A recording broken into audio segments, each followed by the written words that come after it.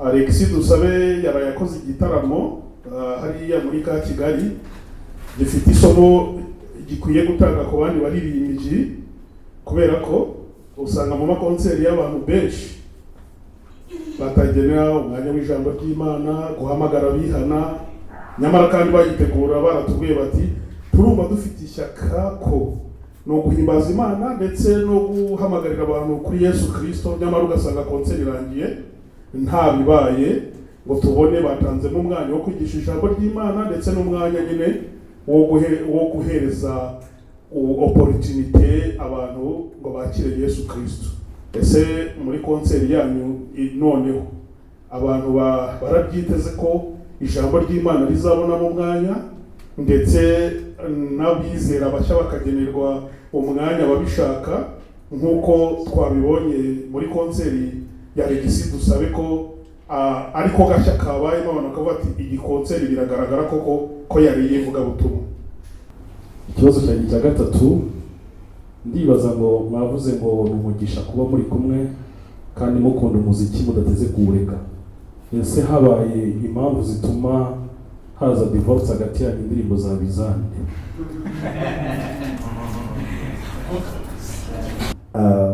Ikijyanye na divorce cyo mukibagirwe, icyo cyo numva nta kintu nakivugaho kuko ntikinashoboka. Igihuha sinarangije kwandika neza.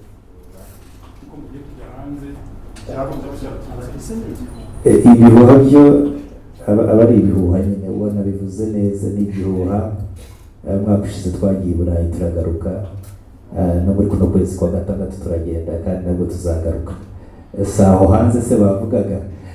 Ni ibyo kabisa. Murakoze cyane.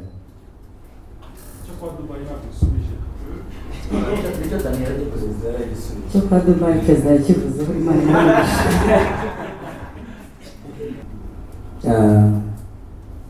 Ikindi nange nagira ngo mbaze, mubona abantu babigiraho iki? Mubona abantu babigiraho iki mu buryo bw'ikibazo gihari cya divorces ziriho, kuko ni ikibazo gifatika kigaragara. Mubona abantu babigiraho iki? Bishobora ngo ubuzima bwanyu hamwe nka mariage umugore n'umugabo, ariko noneho muri ministry abantu babigiraho iki mu by'ukuri? Ese mwebwe mubona kuba muri ministry kandi muri couple byarabafashije? Turabashimiye cyane abanyamakuru, dushima Imana cyane ku murimo mukora umurimo munini cyane, ndetse byanagorana cyane kuba abanyarwanda bashobora kutumenya mudahari. Imana ibaha umugisha cyane ku mugabane mushyira mu murimo w'Imana, ntabwo tubifata for granted. Imana ibaha umugisha cyane, mwikomere amashyi. Murakoze cyane. Nk'uko babivuze rero, twitwa James na Daniela, turi minisiteri y'umupapa n'umumama y'umuryango wacu, ndetse imaze no kwaguka. Dufite abafatanyabikorwa dukorana, dufite abantu benshi tugenda duhuza kugira ngo dukore uno murimo ushobore gusohoka wuzuye. Tunabashimira cyane, dufite abaterankunga bahora babana natwe mu bitaramo, harimo Yaga Plus, harimo ITS, n'abantu kabisa igihe cyose tubasanze baba bari kumwe natwe mu buryo tudashobora no gusobanura hano, ndetse n'abandi bose Saltel bigeze baza, Chap n'abantu bose b'abavandimwe tugenda tubana mu bihe bitandukanye, ndetse n'abandi batakeneye ko amazina yabo ajya hanze, abantu ku giti cyabo, abari mu Rwanda, abari hanze y'igihugu, abari kugurira amatike abantu batishoboye, benshi barimo barabikora. Imana ibaho umugisha cyane. Rero igitaramo dufite twabatumiye kugira ngo tubamenyeshe, nk'uko tunabahamagarira mukanatwitaba, twongera kubibashimira. Ni igitaramo bita Gathering of 1000. Tumaze imyaka 3 tudakora igitaramo, ndetse twitegura ko tuzakora igitaramo kinini nk'icyo twakoze 2020, ariko umutima waraturiye mu mezi yashize gutangira mu kwa mbere. Imana ishyira igitekerezo ku mutima wacu wo guterana gukora igitaramo kitari cy'abantu benshi, ndetse twibanda kuri ba bandi hari abantu bagiye batwandikira batajya bajya gusenga, badaterana, bamwe bafite ibikomere by'amacaces atandukanye, bagiye batungwa n'indirimbo z'abaririmbyi z'abaramyi harimo n'izacu, ndetse batunzwe n'amasermons ya online, bakifuza kubana n'abashumba ariko batabana mu buryo buri physical. Abo bantu rero nibo batumye imitima yacu dutekereza kino kintu. Hari bamwe baratubwira ati mujye mukora ibitaramo ariko birimo akavuyo, birimo urusaku, ntabwo tujya tuza ahantu hameze gutya. Rero dutekereza gukora igitaramo kinini cyane ariko tukakora abantu bakeya kugira ngo tugabanye pressure y'akavuyo kaba protocole benshi, amagahunda menshi, kugira ngo dukore igitaramo kinini ariko cy'abantu bakeya. Twe dusanzwe dutarama, ababizi abo dukunda gutumira barabizi, dukunda gukora icyo bita live recordings, dukunda gutumira inshuti n'abavandimwe, abantu bamwe na bamwe baba batwegereye aho ngaho, tukagira ibihe byiza cyane. None twatekereje gukora ikiri public ariko kitari cy'abantu benshi. Mu by'ukuri rero nicyo ngicyo kituzanye imbere y'Abanyarwanda. Turabatumiye muzaze, kandi anashimira n'abarimo baragura amatike, barimo barayigura ari benshi cyane. Imana ibahumugishe cyane. Icyo gitaramo rero dufite expectation yo kusabana n'Imana mu buryo budasanzwe, ndetse Imana iranabikora no mu practices, kugira ama practices meza. Abanyamakuru bamwe wenda tuzanabatumira banadusure mu practices, turi kugira ibihe byiza pe. Rero turizera ko uriya munsi imitima izakira, turizera ko imitima izakira, turizera ko hari abazakizwa, turizera ko hari abazasubizwamo imbaraga. Dufite ibihe byiza pe, si bya bindi abantu bajya bavuga ibyo kuvuga gusa. Turi mu bihe byiza pe, turabatumira kugira ngo tubane, ndetse nabo hanze ntitwigeze tunabibagirwa. Tuza streaminga ku bantu cyane bo hanze. Dufite platform nabo turabashimira, twagiye dukorana neza, babita Eastflix, bazabi streaminga live, bizaba biyunguruye neza cyane. Dufite producer wa audio, producer wa video, bizaba ari ibintu bimeze nk'uko abantu babona indirimbo zarangiye. So turaza kubaha nabo uburyo bazabya accessinga. Ndumva ari ibyo ngibyo kabisa, ibindi dukomeze tuganire. Imana ibahumugishe cyane. Murakoze. Murakoze cyane. Yes, murakoze cyane. Nitwa Joel Sengurebe ku Iyobokamana TV na Iyobokamana Kagamarwa. Mfite ibibazo bibiri, ikindi ni igitekerezo. Ikibazo cya mbere mbaza, hari hashize imyaka 3 nk'uko mwabivuze mudataramira abantu muri konseri yanyu mwiteguriye, mukaba rero muyigaruye, ariko abantu benshi bagiye bavuga bati abantu 1000 ko ari bake. Kubibazo sinirengagije ko wasobanuye impamvu zabyo, ariko wenda ku bantu baba badutumye kubabariza, muze gusobanura mu gihe amatike cyangwa uburyo bwo kwinjiza abantu ahantu kizabera n'abantu 1000 gusa bazaba barimo. Hari exhibition ishobora kuhaboneka, kuko iyi konseri yanyu irashaka kwitabirwa n'abantu benshi, kuko ntabwo mwari muherutse gukora igitaramo. Icya kabiri, iyo abahanzi bari gutegura ibitaramo, benshi ntabwo basigana n'intego yo kuvuga yuko bafite intego yo gutaramira abantu, guhimbaza Imana, ndetse no gushaka abizera bashya. Alexis Dusabe yaraye yakoze igitaramo hariya muri ka Kigali, gifite isomo gikwiye gutanga ku bandi baririmbyi, kubera ko usanga mu makonseri y'abantu benshi batagenera umwanya w'ijambo ry'Imana, guhamagara bihana, nyamara kandi bayitegura baratubwiye bati turumva dufite ishyaka ko no guhimbaza Imana ndetse no guhamagarira abantu kuri Yesu Kristo, nyamara ugasanga konseri irangiye nta bibaye ngo tubone batanzemo umwanya wo kwigisha ijambo ry'Imana ndetse n'umwanya nyine wo guhereza opportunity abantu ngo bakire Yesu Kristo. Ese muri konseri yanyu noneho abantu barabyiteze ko ijambo ry'Imana rizabona mu mwanya, ndetse n'abizera bashya bakagenerwa umwanya babishaka, nk'uko twabibonye muri konseri ya Legisi Dusabe ko ariko gashya kabayemo abantu bakavuga ati iyi konseri biragaragara ko yari yivuga butumwa. Ndumva ari ibyo ngibyo, ikindi ndaza kukivuga nyuma.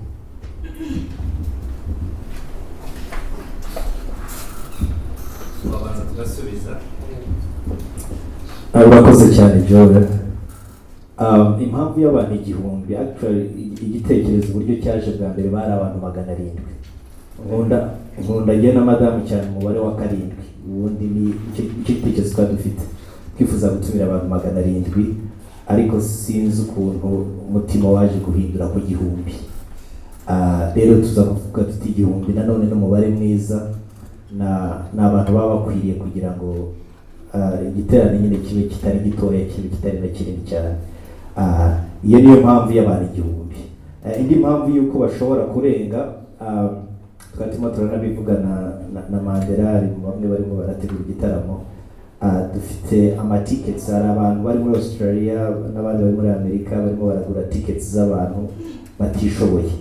Rero twari twavuze ati ahubwo wa mugani twarengejeho amatike makeya y'abantu batishoboye babisabye, ariko tukazakora wenda nk'abantu 100 bikunze, ariko tuzaguma cyane ku 1000.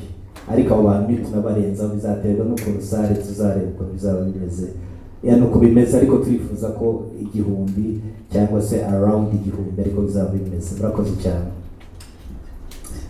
Ku cya kabiri wenda na madamu ndaza kumuha bivugeho, twashimye Imana cyane ku bwakira gitaramo cya Legisi Dusabe. Twese nicyo tuba twifuza, uretse ko atari abantu batanga agakiza n'Imana igatanga, turabyifuza. Hari igihe abantu bashobora gukizwa kuri uwo munsi cyangwa se bagakizwa mu yindi minsi ikurikiye. Ibyo nabyo twe tubigena. Twagiye tubona amamesaje y'abantu benshi bagiye bakizwa kubera indirimbo, ntabwo ari twe tubigena, ariko ni twese n'iryo sengesho tuba dufite, kubera ko abantu badakijijwe ntekereza ko nta kintu twaba turimo turakora, ahubwo twaririmba wa mugani, tukaririmba abakobwa, tukaririmba n'ibindi. Twese niyo masengesho dufite, ariko si ugukizwa gusa, habaho no gukomeza n'itorero. Indirimbo ntabwo zibereyeho gusa kubwiriza, zibereyeho no gukomeza itorero ndetse no kuramya Imana. Ni ibintu bitatu. Rero ibyo byose ntabwo tujya tubyirengagiza. Murakoze cyane. Murakoze. Hari akandi kantu ibagiwe gato, yabaje ngo ijambo ese rizabona umwanya. Hari ukuntu turimo turabitegura, twizera ko bizagenda neza. Hashobora kutahagarara umuntu kuri stage ngo avuge ubutumwa nk'uko tubimenyere cyangwa umushumba, ariko dufite uburyo turimo tubiteguramo kandi bwiza. Turizera ko ijambo rizatambuka kandi ubutumwa bwiza buzumvikana. Murakoze.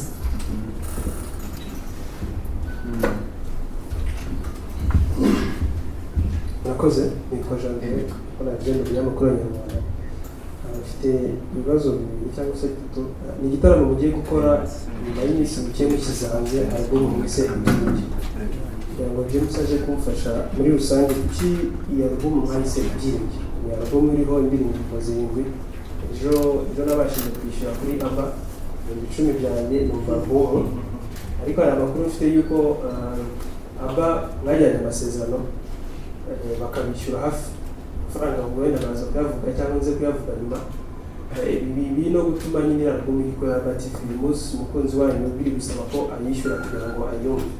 Amasezerano yanyu agarukira ku kuba za ndirimbo igihe kimwe kizagera nk'uko musanga mufite YouTube channel abantu bakazayabona. Iyo byose umuntu yakoranye na platform mwiri, hari amasezerano bagirana, igihe cyagera za ndirimbo nabo bakazibaha, bakazashaka kuzona ku YouTube channel nk'ibisanzwe. Ubwo mana ni impamvu album mwayise Ibyiringiro. Hari andi makuru nahoze numva avuga ko mbere yuko mwinjira mu muziki w'indirimbo zihimbaza Imana abantu bakamenya, mbere y'indirimbo Amavuta, hari izindi ndirimbo mwari mufite ariko zitari zakagiye hanze. hanyuma ni mwebwe mwakoreye konseri ya mbere muri BK Arena ku bahanzi ba gospel, nyuma yayo haje n'abandi ibintu mwakira soza ni umugabo n'umugore, ariko twagize amatsinda menshi yaje akora bitangaje ibitiranye abatandukanye, mwebwe bishobora kubera isezerano kijya kigera mu kumva iby'umuziki mwabivamo. Murakoze. Murakoze cyane Janvier. Ubaje ibibazo byinshi ariko reka ngerageze kunyuramo uko nshoboye. Impamvu y'ibyiringiro album, ate dukunda ibyiringiro cyane, icyo nicyo kidukomeza muri runo rugendo nk'abakristo, n'ibyiringiro dufite muri Kristo Yesu. So dufite na gahunda yo kuririmba indirimbo nyinshi z'ibyiringiro zizagenda zifasha itorero muri kino gihe ndetse no mu gihe tutazaba turiho. So niyo mpamvu twahise ibyiringiro. Ziriya indirimbo zose, hari indirimbo zirindwi, indirimbo zose ziriho ni indirimbo zivuga ku byiringiro muri Kristo Yesu. Icya kabiri mwavuze ku masezerano ya Abba, nk'uko nagiye bivuga, uno murimo usaba amaboko y'abantu benshi batandukanye, biragoye kushobora kubikora wenyine. So Abba rero twagiye dufatikanya muri ino alubumu, urumva ni abantu nabo bari bize cyane gufata umwanya wo kugira ngo mukore kuri alubumu, nuko ngo bagiye bareka ibindi bintu bakoraga imyanya myinshi cyane kugira ngo dutunganye alubumu. So niyo mpamvu twagiye tugira nabo amasezerano, zikaba ziri kuri Abba. Mu minsi mikeya ziratangira kugaragara kuri YouTube, cyane cyane ko zatangiye no kugaragara mbere y'uko zijya kuri Abba, nk'indirimbo bita Barihe, nayo ni indirimbo iri kuri album. So turatekereza ko buri kwezi ko Imana izajya dushoboza tuzajya dushyiraho indirimbo tuyikura kuri Abba tuyishyira kuri YouTube, ariko nanone ni byiza ko mugeraho mukazigura kugira ngo turusheho gukora ibintu byiza kandi mu buryo bwihuse. Ikindi ni indirimbo za mbere ya Mama Vuta. Nibyo koko dufite indirimbo nyinshi twatangiye kwandika cyane kuva mu mwaka wa 2015. Arizo za Nkoresha zasohotse zari imbere cyane ya Mama Vuta, iyo yindi bita Mama Vuta Amaraso nayo ni iya mbere ya Mama Vuta, n'izindi zitarasohoka, ndetse n'indirimbo nyinshi cyane.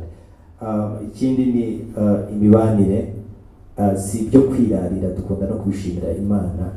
Dushima cyane urugo Imana yaduhaye, dufite urugo rwiza rwose, duhuza inshuti n'abantu tugenda tubana ku buzima ku bundi, abo tubana mu rugo, abaturanyi. Icyo kintu nacyo bagihamya, ntabwo ari ikintu twakorega tuvuga.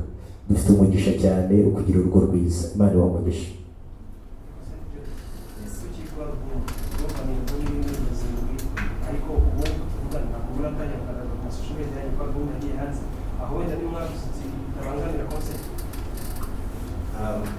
Urakoze. Iyi ni challenge dufite kugira ngo tubihuze na concert, ariko n'ubundi turabisharinga cyane. Dufite amagroupe ariyo ku ma WhatsApp, ndetse n'ubundi buryo tugenda dukoresha butari public cyane turabikora. Buretse ko na Instagram hari ibintu bari turimo turakosoramo, turatangira nabyo kubisharinga vuba. Murakoze. Murakoze. Hari akabazo gato kugenda kompeta wenda ibyo yibagirwamo cyangwa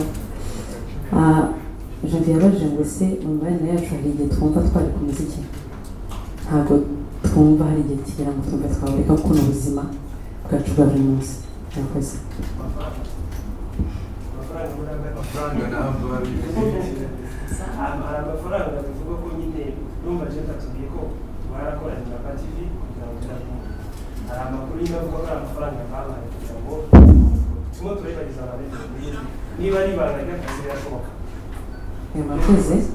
Kuko yabisobanuye yavuze ngo ubufatanye no gufatanya no gutanga amaboko, batanze amaboko yabo dutanga yacu kandi nabwo bikorwa. Murakoze. Okay, murakoze. Nk'uko nababwiye nitwa Frodouari, wari ikinyamakuru bita Paradise. Ikibazo cya mbere, ese muri concert mwatubwira ubwo muzafatanya, ubwo niba atari ibanga uzabwiriza ubutumwa bwiza ndetse n'abandi ba artiste muzafatanya.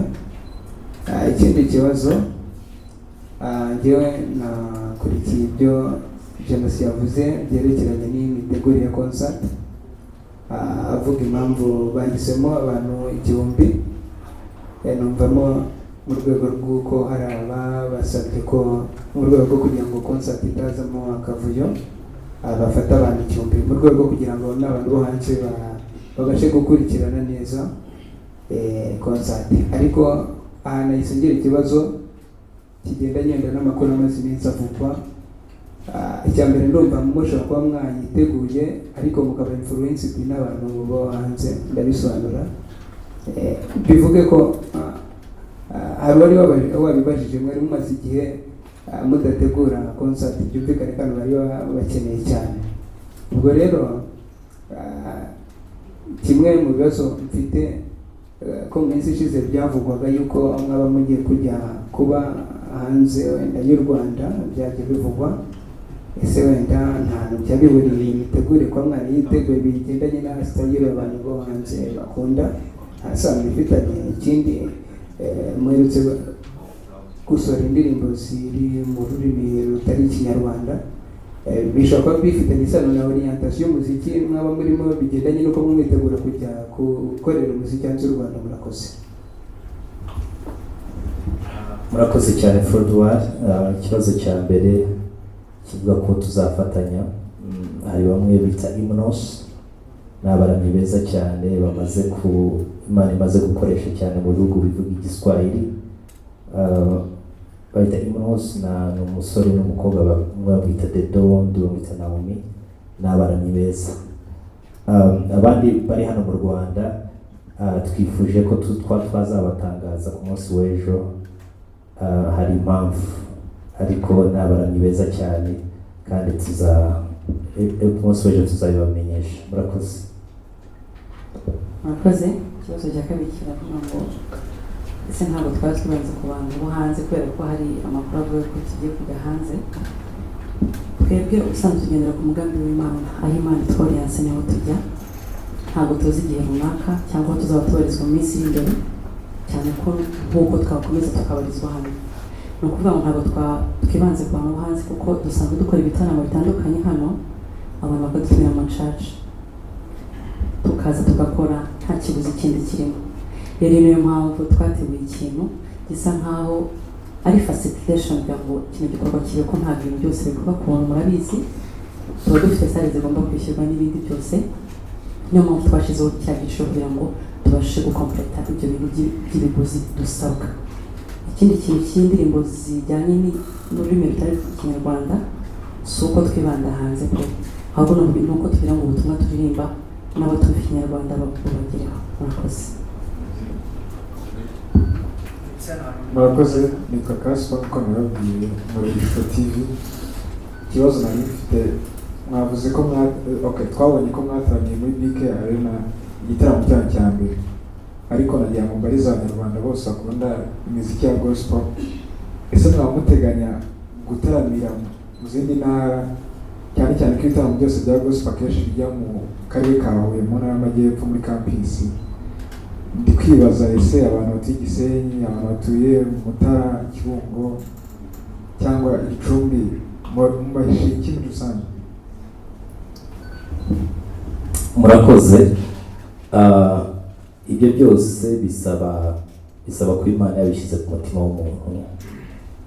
Hari ibintu byinshi byo gukora byiza pe, hari ibintu twifuza ariko Imana itabigushyizeho ngo inagucira inzira yo kubikora, akenshi ntibikunda. Ariko turabisengera, turanabyifuza, tubona ni amamesaje menshi avuye ku bantu bo muri ibyo bice bitandukanye. Ndetse ubwo nanakangurira n'abaterankunga kugira ngo baze bashyire mu bushobozi ibintu byorohe, imiryango ifunguke y'ibyo bikorwa. Murakoze.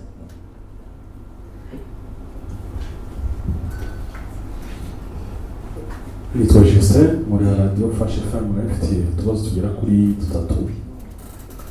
Akambere no kubabaza imyiteguro y'igitaramo cyageze hehe, uduhaye ishusho yayo y'izina mumaje kugera ku kigereranyo kuri 100.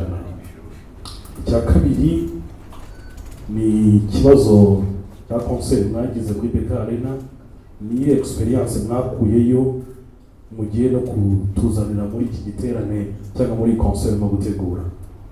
Ikibazo cyanjye cya gatatu, ndibaza ngo mwavuze ngo ni umugisha kuba muri kumwe kandi mukunda umuziki mudateze kuwureka. Ese habaye impamvu zituma haza divorce hagati yanyu indirimbo za bizane?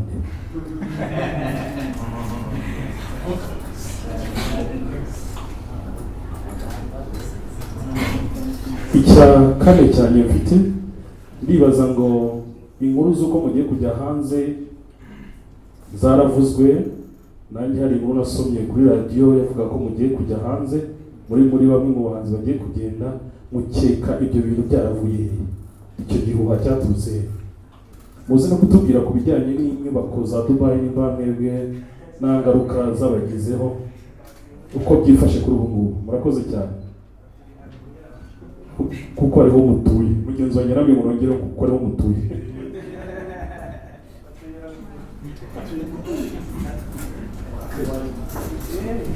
Murakoze cyane. Juste Flash FM Imana bamugisha. Imyiteguro yo navuga ko tugeze nko kuri 95. Urebye 5 isigaye n'akazi k'abanyamakuru usanzwe munakora ndetse n'akazi k'abakristo bazaza kuri uriya munsi. Cya kabiri, experience ya Arena kuri no event namwe murabyumva, gutegura igitaramo kingana kuriya no gutegura igitaramo cy'abantu bakeya. Urumva ko dufite imbaraga cyane, tugitsikamiye cy'abantu bake, turagitsikamiye kabisa, dufite imbaraga cyane nyinshi. Ikijyanye na divorce cyo mukibagirwe, icyo cyo numva nta ikintu nakivugaho kuko ntikinashoboka. Igihuha sinarangije kwandika neza.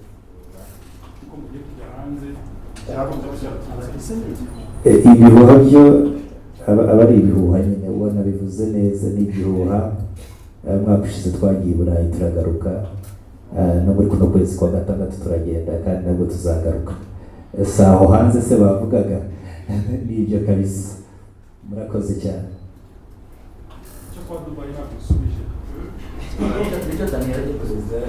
cyo kwa Dubai perezida yakivuze buri Imana abandi tugerageze kugenda tubasapotera kugira ngo twihute. Murakoze. Nanjye nitwa Gishyirwagiriza kuko nabivuze muri radio BNBFM mu mwezi. Abantu bakomeje kugaruka cyane ku byo kujya hanze. Nanjye ikibazo nagize kuri ibyo, mujya mutekereza gukora igitaramo hanze, niba gihari se byaba ari byari cyangwa se hehe? Murakoze. Murakoze cyane. Nkuko twababwiye kwa gatatu tuzajya i Burayi, ndetse tunashima n'Imana ko Imana yaciye inzira. Abanyarwanda bari kujya kuramya i Burayi rwose, kandi abanyaburayi baranyotewe pe, n'abataragiye rwose turabashishikariza kujyayo. So umuvandimwe wacu Mbonyi azaba ariyo kwa gatandatu gutangira ku 11 kwa gatandatu igitaramo mu Bubiligi. Rero tuzaba turiyo ndetse tuzitabira n'ibitaramo bimwe na bimwe azaba arimo arakora mu Burayi. Twebwe turatangirana no kwa karindwi. Abanyaburayi rwose ntabwo tuza kuborohera. Imana ibahe umugisha. Tuzabyitabira ibya yes tuzabyitabira bimwe na bimwe. Hari amatariki yagiye tubwira, tubona ko hari aho dushobora guhuriza, hari ibihugu tuzahuriramo. Yego tuzitabira gusa nk'abakristo bandi.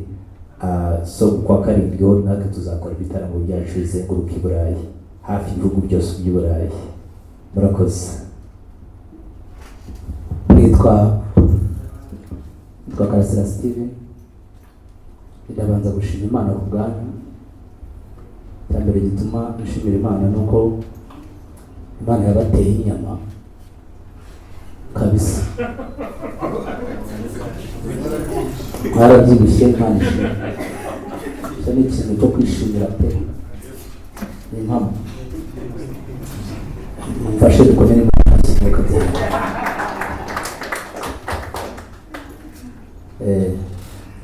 Icyo nashaka kubaza ni state management umwanya ungana iki kuri stage? Igitaramo giteguriye igihe kingana gute? Ko hari ukuntu abantu babwira batagira mu gihe gereke ugasanga ngo niba mukayoboye ugasanga abantu batangiye no gutaha sometimes basize kuri stage. Igitaramo cyane gifite amasaha angana gute?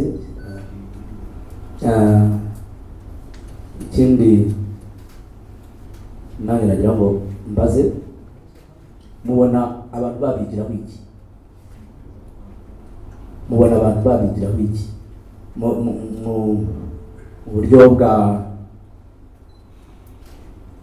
bw'ikibazo gihari cya divorces ziriho, kuko ni ikibazo gifatika kigaragara. Mubona abantu babigiraho iki? Bishobora ngo ubuzima bwanyu hamwe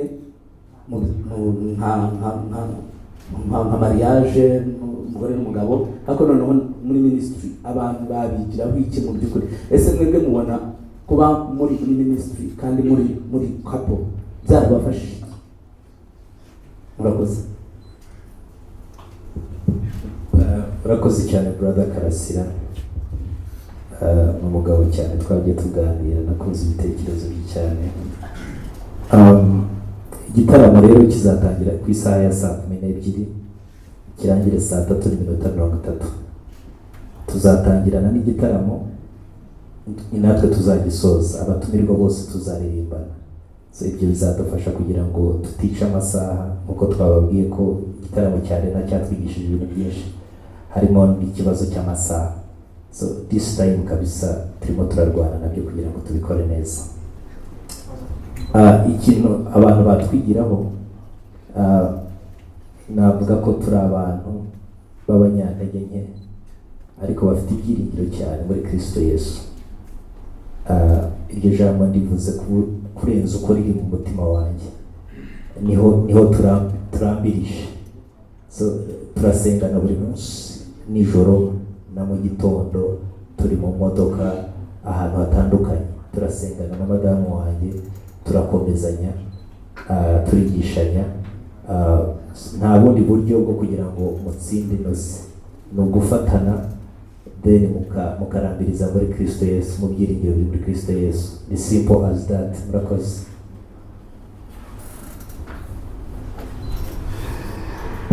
Murakoze. Nitwa Murangira Nkorera Inyarwanda. Ndashaka kubaza ku kintu James yagarutseho cy'abantu bazitabira konseri bagize ibikomere bakuye mu madini atandukanye. Ikibazo cya mbere, ibyo bikomere birashoboka ko mwabitubwiraho, hanyuma niba bidashoboka nabyo nta kibazo mwaza kudusobanurira. Ikindi kibazo cya kabiri, intego nyamukuru y'iyi konseri ni kugira abo bantu bahuye n'ibikomere bafashwe, cyangwa ni ibintu byahuriranye n'uko nabo bakeneye ubutumwa bwiza? Murakoze. Urakoze cyane Muramira. Iki kibikomere rero ni ikintu kigari kandi ntabwo ari ikintu tugomba guhisha nk'abakristo. Urumva hari amatorero menshi, hari amwe akora ibyo Kristo yavuze kugira ngo itorero rikore, babigerageza. Hari abandi batabishobora, hari abandi expectinga abashumba babo ko basa na Kristo 100% bagafeiringa. Hari ibintu byinshi, so ntago wamenya details z'ukuntu nyine uzabura umwe uko yagiye akomereka, ariko harimo ibintu byinshi nange murabibona, mujye mubona ku ma status. Nkunda kubona bavuga butumwa ibintu bamwe na bamwe ibintu basigaye bavuga, umuntu yanavuga ko ari biri bizarre, bidakwiriye no ko umuntu okay, ku buryo twanavuga ko wenda atigeze yizera ubutumwa bwiza. Icya kabiri, ku ntego nyamukuru y'iki gitaramo nk'uko twabivuze, aba bantu rero nibo batumye icyo gitekerezo kiza ku mutima. Kigeze ku mutima rero ntabwo aricyo twagumyeho, turi kugutarama, ariko abo bantu nabo nyine bazaprofitira aho ngaho, kandi abo ngabo bagiye batwandikira ku ruhande, nabo twarabatumiye.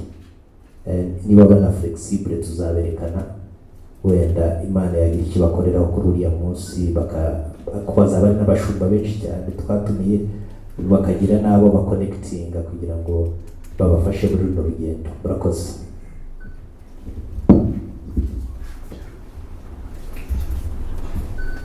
Murakoze. Twa Moise Iradukunda, kuri RBA. Ikibazo cyanjye cya mbere, mumaze imyaka hafi 3 mudakora igitaramo kinini. Rwari urugendo rumeze gute? Ni ayahe masomo mwize muri iyo myaka 3? Muze no kumbwira ubwo mwajyaga i Burundi uko mwabonye umuziki wa James na Daniela wo kuramya Imana, abavukanyi b'Abarundi bawakiriye. Murakoze cyane.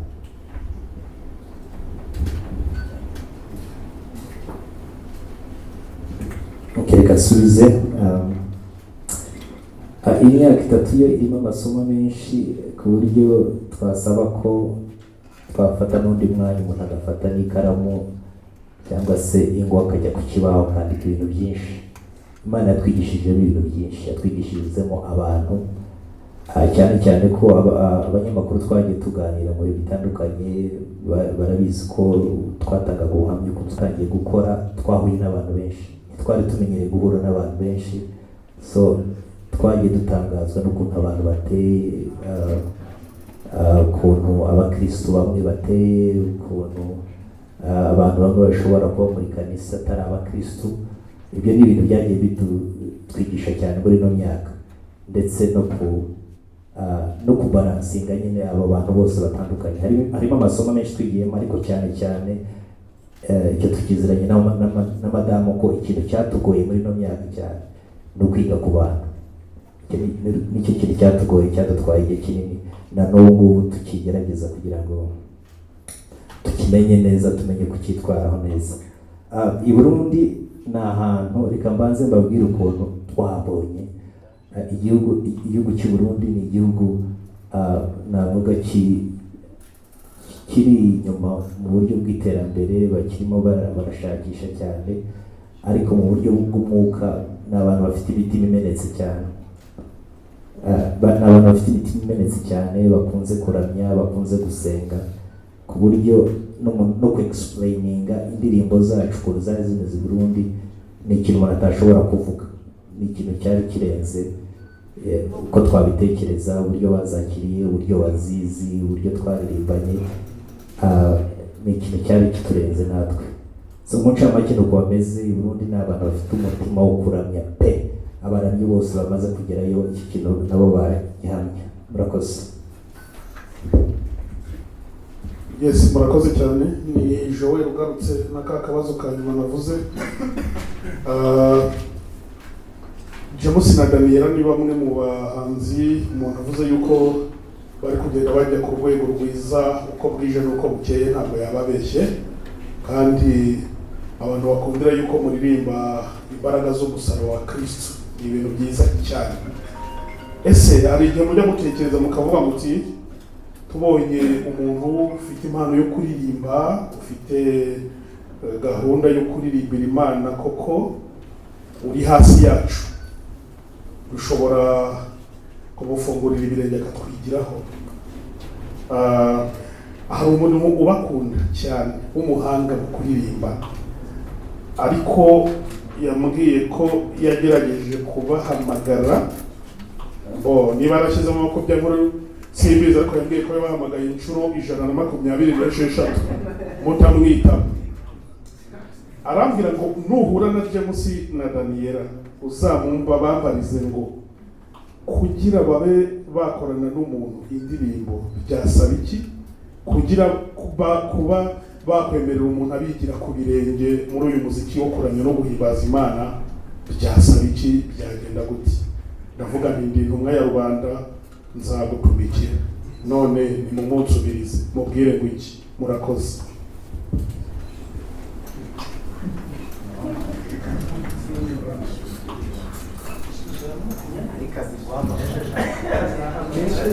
Murakoze cyane byo.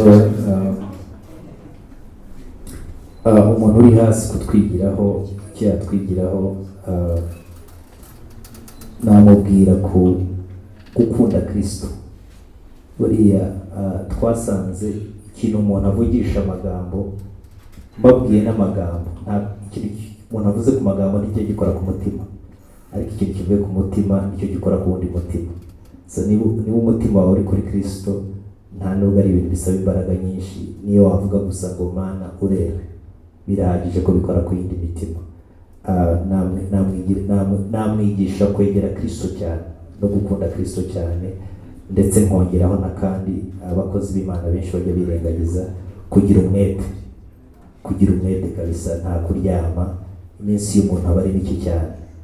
Ngira abahanzi b'inshuti zanjye dukunda kuganira bose bazi ko njya mbapushinga gukora. Umuntu akamara amezi 6 nta projet afite muri studio, nta gahunda afite, kandi afite impano kandi atari na busy. So nabakangurira gukora cyane. Icya kabiri, uwo muntu watubuze wowe simbizi, hari abantu bajya batubura, hari n'abo natwe tubura, ariko izo nshuro zo ntabwo ko ari ugukabya cyane. Ubwo ari byose uwo muntu twaba turi umuntu waguhamagara izo nshuro byawe gukabya. Icya gatatu ni igisabwa kugira ngo dukorane indirimbo. Ntacyo abantu baduhamagaye kabisa bose, iki kintu bakiduhamya ko nta kintu tujya dusaba kugira ngo dukorane indirimbo, nta mafaranga, nta kitugira conditions nk'eshatu gusa.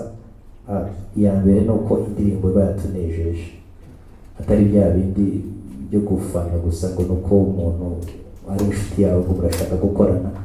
Iyi ndirimbo itatunejeje rwose ntibikunda, kuko natwe ntitujya dusohora indirimbo itatunejeje. Icya kabiri ni umwanya, tureba umwanya kabisa, dukundiye, twabona bidukundiye nabyo tukabikora. Ndumva ari ibyo gusa, sinzi ko madamu yagira n'ikindi anyibutsa, ariko ni ibyo tujya tugenderaho. gatatu ndi kubona isa nkaho twari twabisubije, ariko uwo muntu mwaza mutubwira nanone tukamenya, kugira ngo umwami azabishimira n'iyo ndirimbo wenda yifuza ko twakorana tugeze ku mutima tuzakorana, kuko ntabwo ari uwo wenyine, hari n'abandi utekereza ko bashobora kuba wenda bari hasi cyane kuri uwo, kandi twakoranye muri album ya gatatu barimo, muzabona. Murakoze. Twa Freddy Musoni nkorera Isibo TV, nabivuze.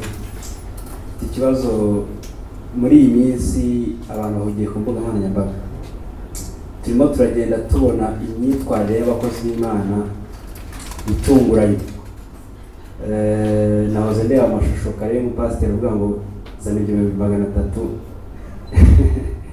Imana wiyitange kuko niba bari bagutanze n'igitambo, ngo kugira ngo ibyo 300 Imana ibikoreshe ishaka kuba ishaka kukubohora, ku buryo abantu bagiye mu rujijo bakavuga ngo ese ninde mukozi w'Imana urimo ukora umurimo bw'umurimo, cyane ko bamwe bamara gutekereza ko birimo n'amafaranga. Ati ndagenda nk'umukozi w'Imana mwiza, ninjya ku ruhimbi ndabona amaturo, ndakora umuziki ngamije kukundwa, mbona amafaranga. Ari nacyo gituma abantu bajya mu rujijo bakavuga ngo ninde umukozi w'Imana wa nyawe. Mwebwe mugira iryo yerekwa ryo kuvuga ngo byibuze tujya tubasha kubatandukanya, ku buryo mwatwereka abantu babakurikira bakavuga ati umuntu usize amavuta n'uyu, utari we n'uyu, cyangwa se ntibijye baca intege mukavuga muti bya bintu kuko birimo kubeshya kwinshi, aha abantu natwe bazatwitiranya bagire ngo tubirimo kubw'amaramuko. Ntabwo mujya mugwa muri uwo mutego. Murakoze.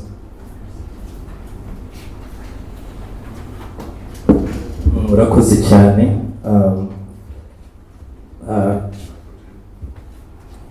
Kino warabuze cy'umupasiteri ku mbuga nkoranyambaga, nayibonye acire nayiretse na madamu mu kanya, twari turimo turatangara nyine n'iriya video. Yavuzemo akantu ntabwo navuga ngo kansekeje, kambabaje cyane. Yavuze ngo ayo mafaranga nuyatanga ngo Imana ngibone imbaraga ngo zo kugira ngo ikize umuntu. Njye nagifashe nka blasphemy, cyangwa se nk'igitutsi ku Mana. Nk'igitutsi ku Mana, ku buryo bavuga ngo amafaranga 300 ngo niyo yatuma Imana ibona imbaraga zo kugira ngo ikiza uwo muntu ni igitutsi ku Mana, kandi Imana imubabarire, imugirire ubuntu bwinshi, imuhe imugirire ubuntu bwinshi, nta kindi namubwira, inamubabarire rwose cyane. Waravuze ku bintu bijyanye no gukorera Imana, amafaranga, kumenya umuntu w'umukristo n'utari we. Pawulo yaravuze ngo sinigeze nza muri mwebwe babwira ibintu by'ubwenge, sinigeze nzana amagambo y'ubwenge kuri mwebwe, ngo ahubwo naje mbabwira Kristo, kandi Kristo wabambwe. So ni ukuvuga ngo ahantu uzamenyera umunyamwuka ni umuntu uvuga Kristo wabambwe. Kristo iyo batarabambwe nta mpamvu y'ubukristo. Ni uko Kristo iyo batarabambwe ntabwo tuba turi abakristo. So uwo ni wo musingi, ni nicyo kintu Imana yakoze gikomeye kugira ngo witurokore. So sinshaka kubijyamo cyane, ariko umuntu wese utinda kuri icyo kintu niwo munyamwuka, kandi ntagitindeho gusa, agaharanira no gusa n'umukiza wiwe. Icyo ngicyo rwose iyo niko njye gisurinyaho. Nkunda umugani Kristo yaciye w'umurima, umugabo wabonye umurima wari urimo zahabu, ngo aragenda agurisha ibyo yari atunze byose ngo kugira ngo aze agure wa murima. Ni ukuvuga ngo rero niko umukristo wese ameze. Uwo murima ni nk'ubwami bw'Imana, uwo murima ni Kristo. Umuntu wese wabonye Kristo nta kindi kintu ufite cyo kuganwa cyo kuvuga. Ntushobora no kubona n'umwanya, n'umutima ntiwanabikwemerera. Rero naho ngendebera umukristo ni umuntu ufite ibyiringiro bitamarwa n'ibihe muri Kristo. Ni umuntu uko avuze avuga Kristo. Hari indirimbo nyinshi njya numva nkumva umuntu yavuze Kristo ariko nawe yivuze, yavuze abandi ko ari babi, abantu bose ni babi. So umuntu wese, umukristo wese avuga Kristo. Murakoze. Icyo gucika intege, mujya mucika intege n'ibihe byo kuvuga ngo kubera ko umurimo w'Imana basigaye bawushidikanyaho, bityo natwe ka tujye mu bindi, batazagira ngo turi muri icyo kigare. Urakoze. Iyo sije ndayikunda cyane, kandi n'abantu dukunda kuganira barabizi icyo kintu dukunda kukivuga. Mu kintu kijya kimbabaza cyane mu kuramya ko mu Rwanda, nuko ntangira kubona abantu badakijijwe bahimba indirimbo, ni ukuvuga ngo indirimbo zikaba zitaturutse ku isoko y'umwizera. So icyo kintu kiri dangere sinzi impamvu mbese nkivuga, kiri dangere ku iterambere ryo kuramya mu Rwanda, kubera ko hazagenda hava kuramya mu kuri. Rero kuramya mu kuri no mu mwuka, kuramya mu kuri ni igihe umutima wawe wizera ibyo wavuze. Ni ukuvuga ngo niba uvuze ati Kristo warambabariye, mu mutima wawe ukaba ubizi neza ko icyo kintu ari ukuri. So icyo kintu ngiye personally kinera ubwoba cyane, kubona itorero cyangwa se abizera cyangwa se abaramyi hagenda hivangamo isi, bigatangira kuba entertainment. Icyo kintu personally kinera ubwoba cyane, ku buryo njya ngira aho ngenda gucika intege. Inshuti zanjye zo zirabizi, na Mandela twarabiganiye cyane iminsi yashize, ku buryo bijya bituma numva nabireka, ariko nkavuga ati se reka dufatikanye n'abandi bagihagaze, ibyo bavuga babyizera, dukomeze tubikore. Yego, murakoze. Ikibazo John Israel bamutse kuvuga ko se yavuze ko iriya ni indirimbo yisunga cyane ibindi byavuga isoko.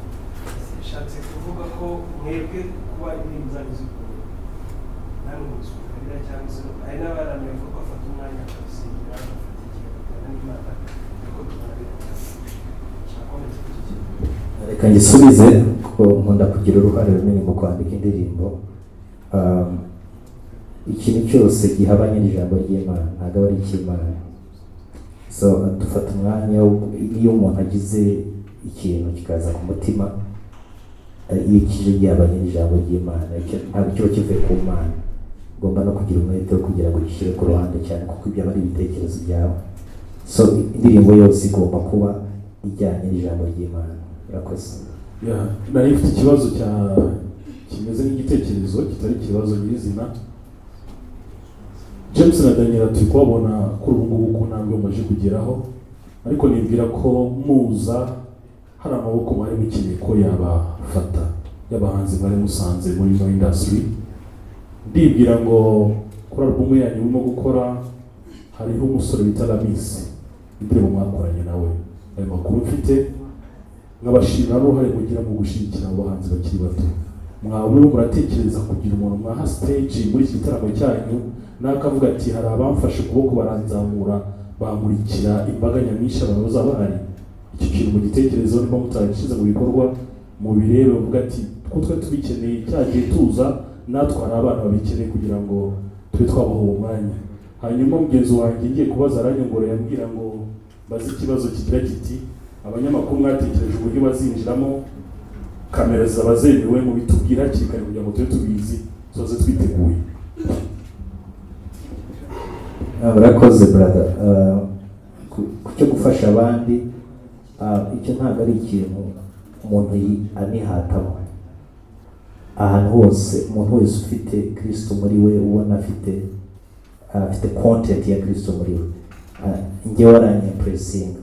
Niyo mpamvu ndibuka uwo mwana bita Ramisi, n'umwana muto cyane, yansanze muri studio, twari muri studio aririmba indirimbo ndarira muri studio. Ndabwira ati Imana iguhe umugisha. Arambwira ati mwafashe iki? Ndabwira ati iyo ndirimbo tuzayiririmbane.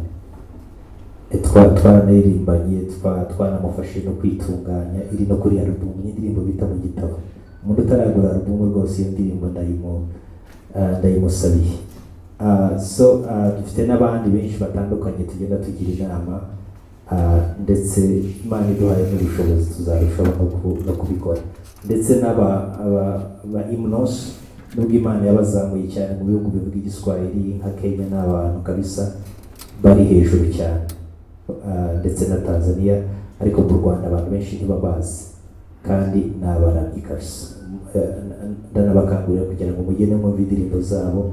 Bafite YouTube channel bita Imnos, bafite indirimbo nziza pe, muzashimira nyuma. Urakoze.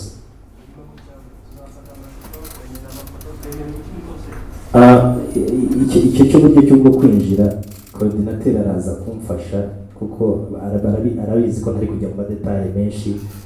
Ndashaka kuba free kabisa. Ikijyanye n'amakamera cyo ndumva ko kubera ko tuzarekodinga igitaramo tugitegure neza, rwose turabibasaba kugira ngo muzaze dutane. Abazaza kamera muzazisige mu rugo rwose.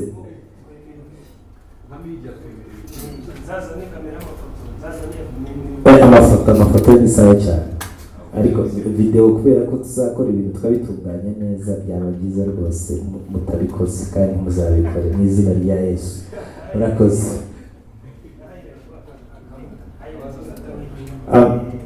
Highlight ndatekereza ko dufite umuntu uzabikora, tuzayibasharinga rwose. Murakoze. Okay, barakoze kandi dushimiye ku bw'icyiciro kirangiye. Hari abantu batatu baba bafite ikibazo kitasubijwe. Turabizi mwarimu bakumbuye, mwashaka kubumva, ariko kandi tuze kwibuka intego yateranyije hano. Mu kanya nitujya gukora inkuru, iyo ntego ntituze kuyibagirwa bitewe na topic nyinshi twafashe. Ngiye gufata abantu batatu ariko babaza ibibazo nyine bumva ko bitasubijwe. Nta gusubiramo ikibazo, bafifi baje nonaha ubaza abandi mbere yo kubaza niba ikibazo cyawe ugiye kubaza kitabajijwe. Murase ku ntego kugira ngo ducuguze uburyo. Murakoze cyane. Ndagira ngo babaze umuntu wese yategura ikintu aba afite ibyo agamije cyangwa ibyo ashaka kugeraho. Expectations zanyu kuri kino gitaramo izihe? Wenda ikote financiere no kuri mu mwuka, kuko urebye abantu igihumbi biraroroshye, fata abantu igihumbi n'icumi n'eshanu biroroshye cyane kubyumva. Ni iki mwari mutegereje? Hanyuma akabazo ka kabiri nakunze kukibaza nkabaza n'abantu batandukanye ariko bari bafite igisubizo.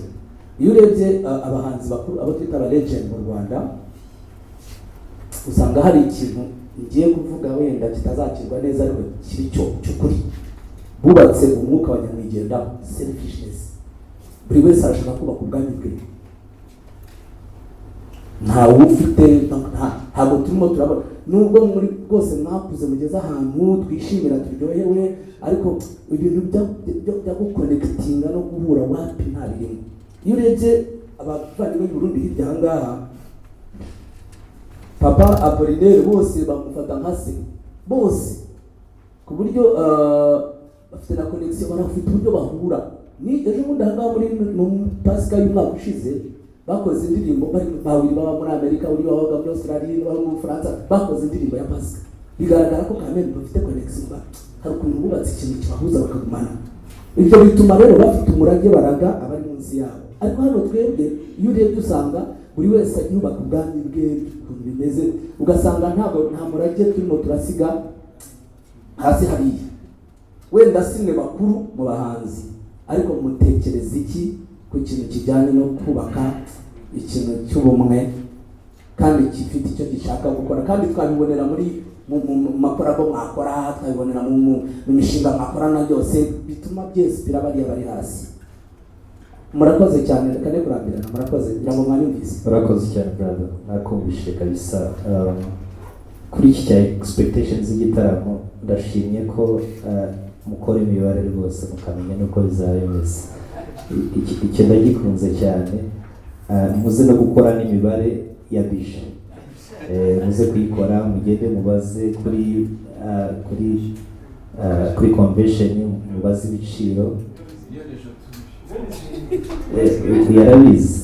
yarabizi ugende ubaza abacuranzi, abantu bakorana n'abacuranzi, mugende mubabaze uko bimeze, mugende mubare ukwezi turepeta, mugende mubaze sound uko ikodeshwa, turabaha za nimero mubaze sound ishobora gukora muri convention, bababwire ukuntu biba bimeze. So murasanga ahubwo turi bijiri hejuru y'ayo mafaranga.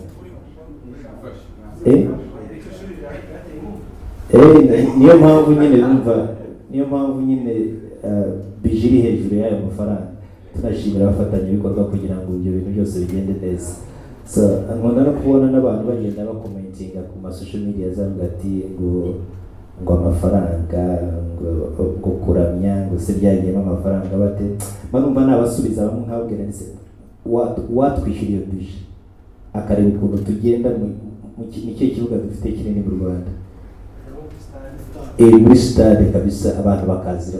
Icyo kintu cyatunezeza cyane, ariko umuntu wese uri involved muri bino bintu arabizi ko biri expensive birenze nuko dushobora kubivuga, kuko hari ama essence tutabara, hari by'amafunguro abantu bafata n'ibintu biri n'amafaranga menshi cyane. Icyo cyo naho ngo tukirangirije kuri iki ngiki cy'ubumwe rero.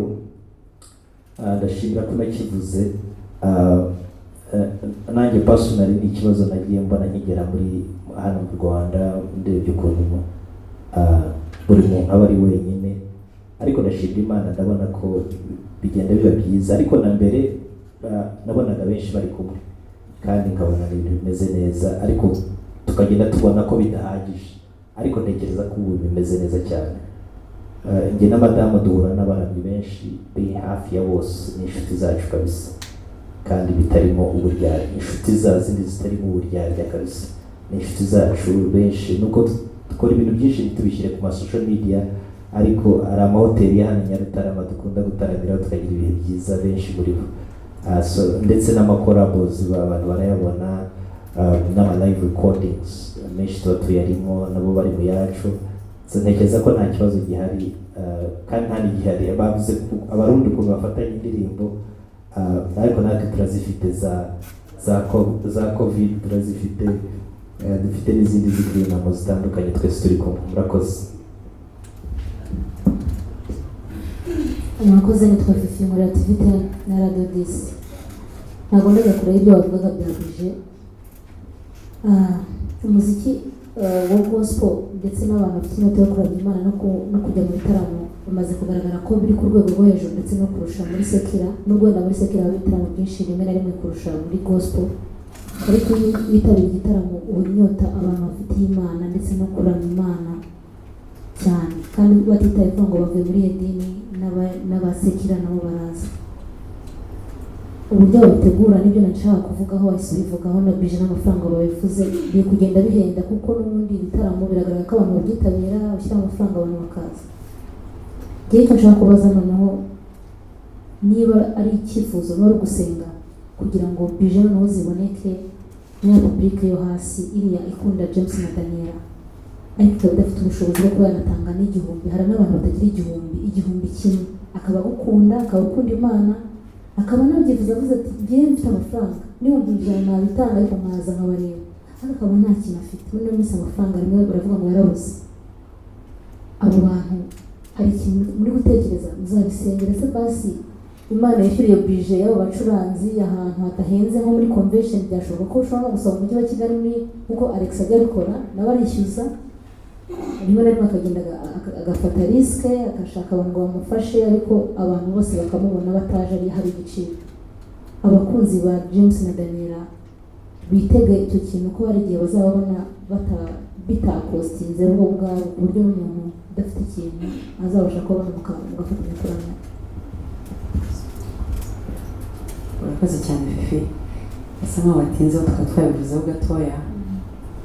Yego twateguye igitaramo gisa nkaho nyine kiri muri area igoye ku bantu bo hasi, ariko uwo mutima turawufite. Umuntu wagerageje kutwaprocinga akatubwira ko ubushobozi budahari, dufite amatiketi ariko uruhande y'abo bantu umuntu wese tuzi udafite ubwo bushobozi twabateganyije amatike yabo, na n'ubu turacyayakira ariko amatike yabo arahari, kandi turizera ko de plus tugenda tubimenya bizagenda bitworohera.